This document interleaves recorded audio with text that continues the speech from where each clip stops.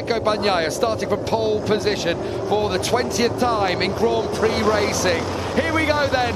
Lights go out for the French Grand Prix. A little leap off the line from Pecco Bagnaia. A good start from Márquez. But look at Jack Miller on the KTM. Up through the Dunlop curve towards turn one. It's going to be Márquez who's going to lead them down into the chicane for the first time. Miller tries to ride around the outside of Márquez in the chicane. It's Márquez from Miller in second. Marini around the outside in third.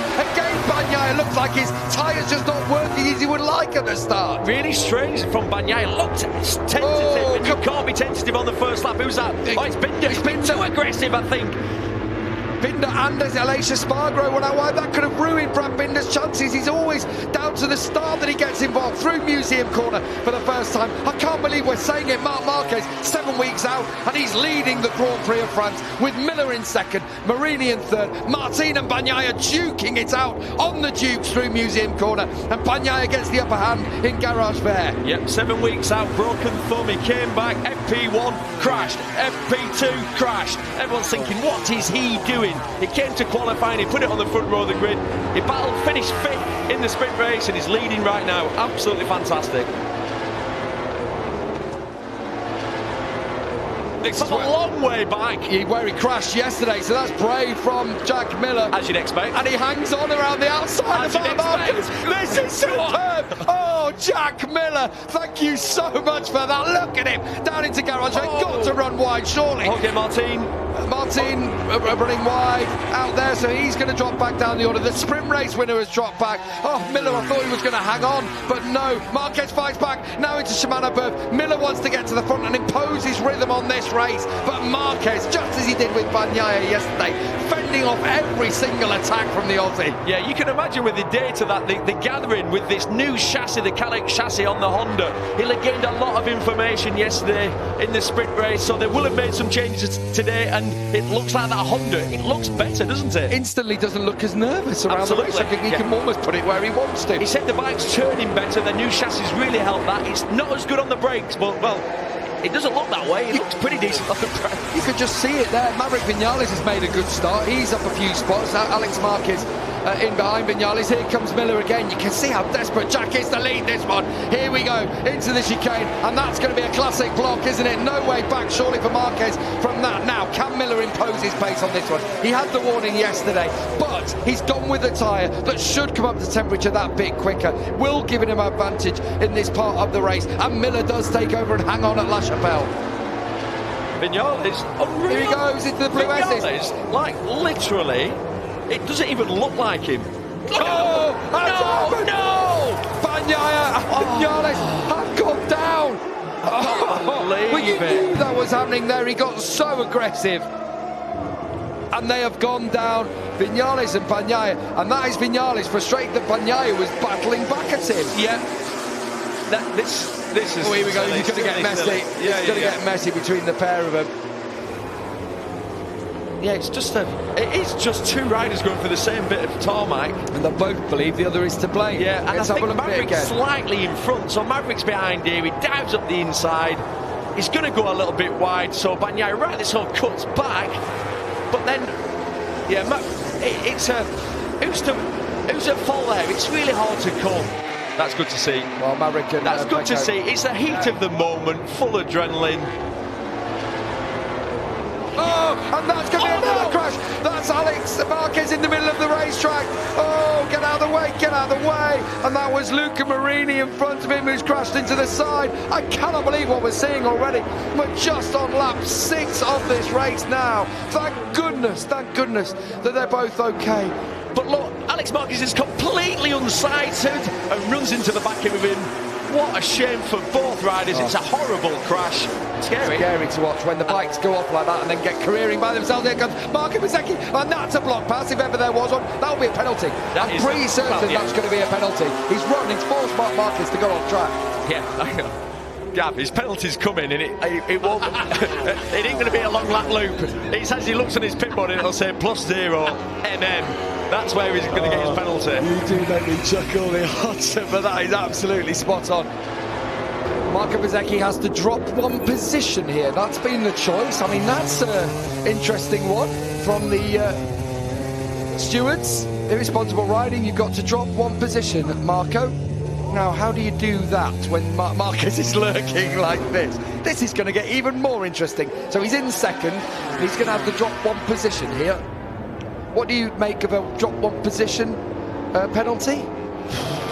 He's got off lightly there.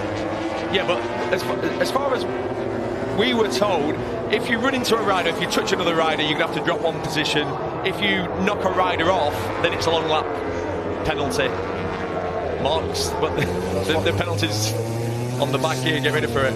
Yeah, it's been served now, I believe, for Marco Bezzecchi. Yeah, so here we go. Will Marquez add insult to injury on that one?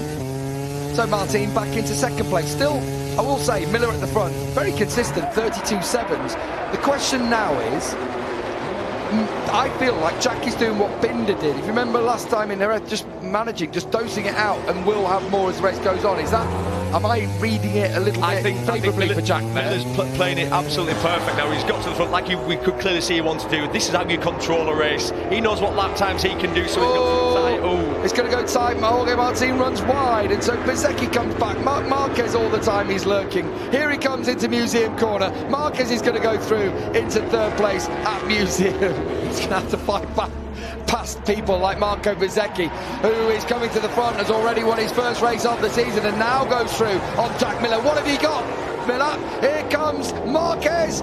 Oh, Jack Miller, who pulls it back round beautifully. He saw the wheel of Marquez and just closed the door. Yeah, he saw the shadow coming in and he just leant on it. That's so Jack Miller, very aggressive. Another word for a fast rider out on track. Alicia Spargro now with the new fastest lap of the race. Just in behind Augusto Fernandez, that is. Just in behind him. That is Espargaro. Quicker than anybody. How weird. Look, yeah, look back, you see a red bike. That's the rookie, Augusto Fernandez. Fair play to him. Having a really strong weekend. He crashed out of the sprint race, but look, there he is. That's first time we've seen him all year. So, a little wobble from Jorge Martin's front tyre as he attacks Jack Miller into the chicane. That was his move yesterday, wasn't it? Run it deep on entry into the chicane and then come back round. Miller will try and fight back, but Martin now, after victory in the sprint race, is up into the podium positions. Leia, what's going on here? I've got to go Fernandez. The hand came up from Jack Miller there. Has he got a problem here? I'm sure the hand went up there from Miller. Binder's on the back of these lot. He is there already, isn't he? And this is a battle for fourth place. Here comes Jorge Martin into the S's. Oh, Marquez around the outside there. That's just like the Bagnaia. Exactly. Vinales moment. Like, exactly. So how did he make it work when Bagnaia was unable to? What did he do differently? Well, Jorge Martin actually left more room for Marquez. Here we go again. Is that Ducati power?